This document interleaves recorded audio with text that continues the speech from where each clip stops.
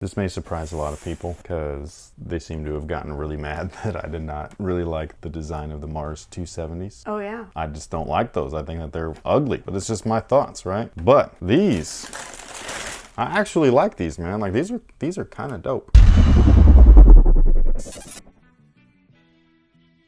Hey, what's good, guys? My name's Chris. Welcome back to the official WearTesters.com YouTube channel. Today, we got a detailed look at these guys right here, these bad boys. Not hoop shoes, though. These are lifestyle shoes, okay? But they still look pretty fresh. And this, my friends, is the Jordan Zoom 92. So, just right off the bat, yes or no? I don't think so. Oh, man, of course. That's the funny thing, is that I don't like the Mars 270s. I think they're hideous. I don't like those either. But a lot of people do. And I believe that a lot of people are going to say that these are trash because I think that they're cool. That's just the way that things work. I can see why you like them. They're very bulky. They're bubbly.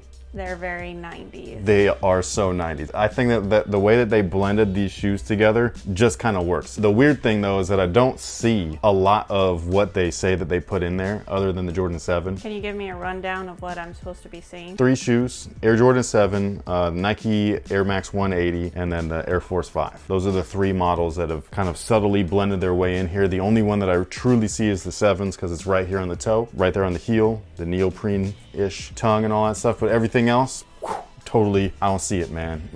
You know what I mean? You got little things like the little ribs and stuff that you'd see on certain models, the little window with the swoosh that you would see on like the 180, even the Air Force 5. But otherwise, like I really don't see those 2 shoes in this. One of the things that they had said in the whole, like, I don't remember if it was like a press release or if it was just like a product description or whatever, but they said that they were inspired by the visible air of the 180 and Air Force 5, and that's why it's visible up here. But it's like, but the air was back there, for one. For two, this doesn't look like any of that. The whole thing just seems really like a massive reach, but overall, I just think that they turned out nice. That's all. I think that they look cool. Again, this is a lifestyle shoe, hoop inspired, obviously. Could you hoop in these? I mean, you could. Should you hoop in these? I don't know. I don't think so. A little unstable right there. Okay. And on top of that, the heel to toe drop, which you can see. Can you see that? Yeah. Like if you're really sitting that high up in the back. It's not just that you're sitting that high up, it's that you can really feel the slope, which is not normal for a basketball shoe. It feels a little uncomfortable, to be perfectly honest. I don't like being sloped down into the toes of the shoes like that. I wouldn't hoop in these. You probably could. I just personally wouldn't. The outsole, though, definitely inspired by basketball. There's herringbone everywhere. I really like the way that they did this outsole. That looks like a bunch of stickers. Yo, it looks so fucking cool. And it does look like stickers. It looks like luggage where you put like where you've been.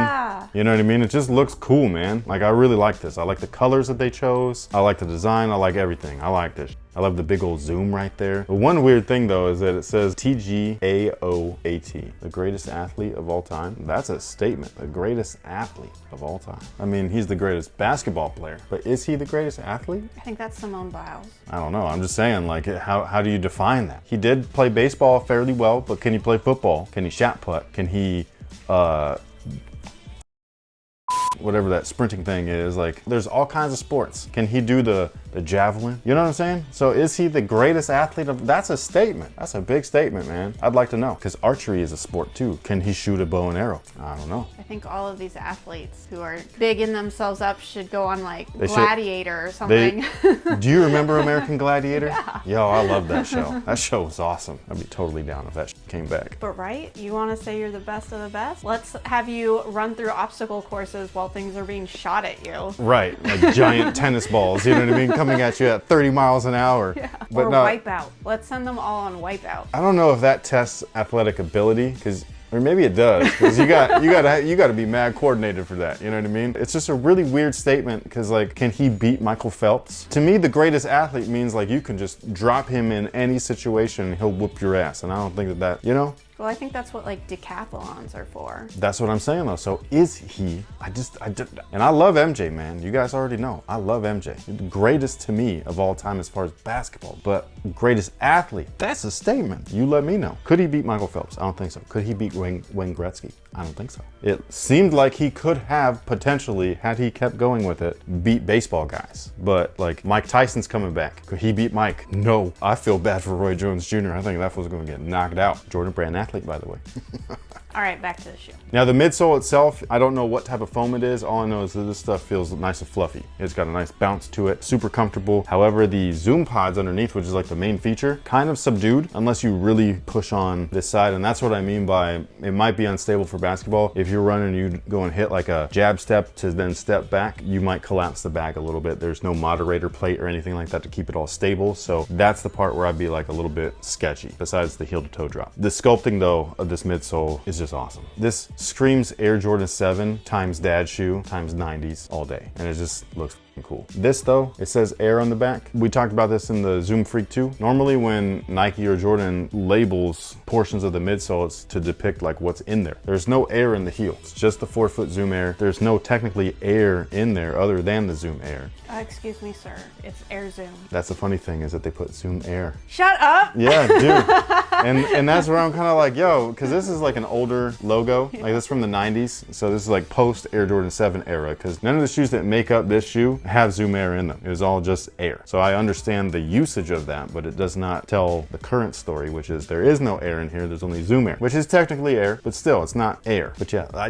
like that. I like it. I like the swooshes on here too, man. It's just a cool shoe. I love the way that the toe is shaped. It's so clean looking. I like the little overlay pieces. I wish that this one right here though was broken up like the outside, where like the outside has that like cut out and the inside is one full panel. I just wish it was more like the Air Jordan 7 right here. You got some ripstop right here. Not a fan of that, but at least it's minimal. And then right underneath that is a little TPU thing. It kind of like pays tribute to the Air Jordan 7's little peaks, but it could also be a tribute to the 180s midsole and also the Air Force 5 midsole because they're very angular. Something that is mad surprising though is that the leather that they use on these panels, granted this is the only bit of leather on the shoes, that forefoot section, but it's nice and it's soft and it's actual leather. But yeah, the materials on these guys, especially in forefoot, super nice. The rest of everything, all synthetic. You got textiles, you got TPUs or fuses. I really like the rubber right here, and I like the little ribs that are on there because again, it reminds me of the other models that are made up of this shoe, but I don't like this one. I wish that this was that, but back here. It might have been a little bit too much rubber, but I think it would have looked a little bit cooler than this fake patent with this weird screen print on it. I also like that they added the Air Jordan 7's heel little logo. Normally it says 23, but the Olympic version says 9, which is what these are all about. 1992, Dream Team, Olympics. I would have preferred that colorways like this said 23 and that just the Olympic style colorway said 9. I think that would have been a little bit more cohesive, but it's still cool though. And like I was saying earlier, the tongue section is that neoprene-ish type of feel. The top part is not neoprene, it's the midfoot section. It's got all the little perforation holes. The laces are weird. They're round looking, but they're square. I've seen this before too. I can't remember what model it is, but every time I see these laces, I'm always like weirded out. It's not a normal thing. I barely see these types of laces. So again, the Jordans,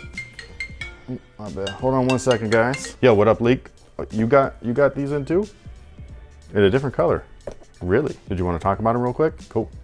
Let's go do that. What's going on, ladies and gentlemen? Leak here. Hope you all are doing well. I just happened to get a pair of the Jordan Zoom 92 in my possession right around the same time it looks like Chris got his in. So I just wanted to give a few quick thoughts on the sneaker. Starting off with the fit, not too much to tell. True to size in my opinion. Don't feel the need to size up. Don't feel the need to size down. It's not perfect, but everything seems just right enough at my true size. So that's what I would recommend for most if you were looking at this sneaker. As far as cushion goes, things are a little interesting here. So I'm going to start off with the heel section actually. This is a basic foam. Pretty sure it's an injected file line, but to the touch it actually feels nice and plush, and there's also a good amount of compression when you're applying pressure with your foot down on the ground. So all of that is well and appreciated, but I can't help but feel like something else underfoot is getting in the way of the feel of the midsole entirely. I don't know if it's a stiff strobel or what the case may be, but it's even affecting things up at the forefoot where you have these two very large zoom pods in the front that Nike's been using on a lot of sneakers lately. I just can't feel them the way that I expected to. That's just being honest. I don't know if it's just me or this pair. Maybe Chris is having a different experience with him. I probably know that if I would stop interrupting his recorded sessions and let him finish out his video so I can see what he has to say, but that is what it is as far as my initial experience with the shoe. Hopefully it's just a case where the midsole needs breaking in and I'll eventually feel all of the goodness that the shoe has to offer as far as tech goes, but for the time being, that's where I stand with it. And that actually leads me into the next thing I wanted to talk about. Is this shoe playable? I'm not going to recommend it over any actual performance basketball sneakers or anything like that, but if you wanted to try them out on court, I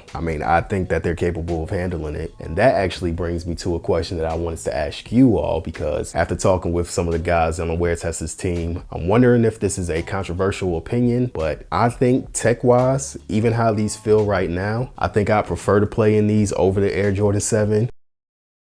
Maybe I'm off on that, maybe I'm alone on it, but I don't know. You guys let me know what you think down in the comment section below and I'll check that out. And other than that, I think it's time to go ahead and hand it back over to the wings. Thank you guys for watching. Thank you, Chris. Hi, Jody. Thanks for putting up with all my novice editing skills.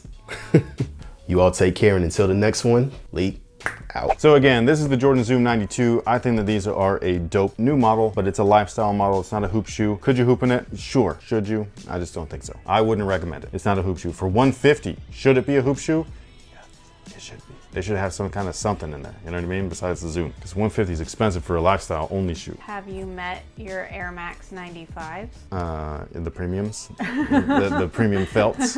Yes, I have, and that was a rip-off too. At least these have nice leather. I give it that. Like, even if it's just up here, it's still like at least that. They are comfortable though, so I got to give them the credit for that. They are comfortable for $150. I just think that this should be like $120 max. Thank you so much for watching. Thanks for all the support. Let us know what you think about these down below in the comment section. And until next time, guys, have a good one.